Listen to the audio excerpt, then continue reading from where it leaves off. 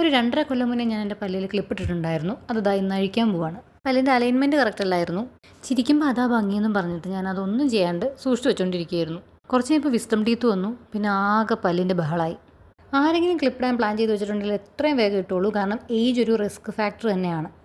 അപ്പോൾ നമുക്ക് ക്ലിപ്പ് അഴിക്കാൻ പോകാം. ഇത് ഒരാഴ്ചത്തെ പരിപാടിയാണ്, പെട്ടെന്ന് തീരുമൊന്നുമില്ല. ഞാൻ പഠിച്ച സ്ഥലത്ത് തന്നെയാണ് ഞാൻ ക്ലിപ്പിട്ടത്, ചെറുതുരുത്തിയാണ്.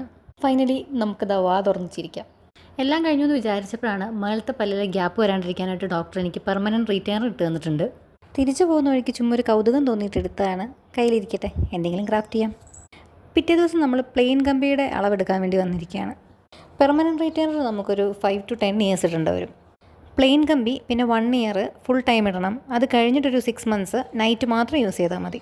ഇനി നമുക്ക് ഓരോരോ സാധനങ്ങളായിട്ട് കഴിച്ചു നോക്കാം. 2 daysനുള്ളിൽ പ്ലെയിൻ കമ്പി കിട്ടും. പ്ലെയിൻ കമ്പിയാണ് കുറച്ചും കൂടെ നല്ലത്. അതാകുമ്പോൾ നമുക്ക് ടൈറ്റ് ചെയ്ത് പിന്നെ യൂസ് ചെയ്യാം. അങ്ങനെ ആ ഒരു ടാസ്ക് കഴിഞ്ഞു.